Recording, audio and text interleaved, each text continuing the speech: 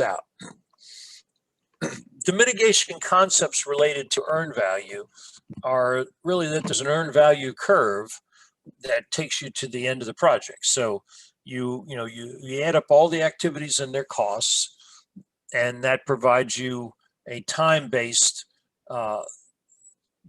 sort of review of how we're going to consume those resources. And once we plotted those out into a histogram, we can provide a smooth curve that's cumulative, and that is the cumulative cost curve. And so that's the earned value curve, and sometimes you have an early and late date, so it's banana curves, that type of thing.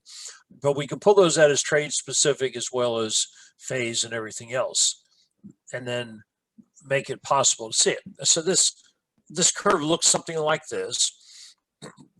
We have the plan curve, which is the original BCWA, budgeted cost of work scheduled.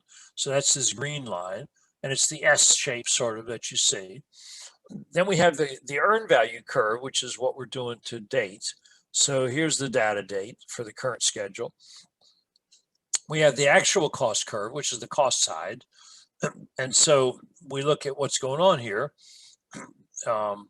what the time variance is between what the plan was and where we are. So when we got all the way here at this data date, we should have been way up here at this this cost consumed, and we're not. So we measure this distance, and frankly, that measured distance is what we achieve from earned schedule.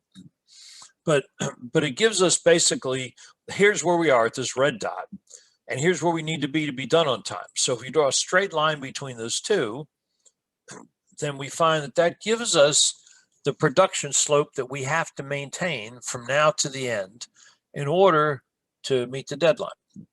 So we can calculate those things and use that to help us figure out, what trade mitigation can be done.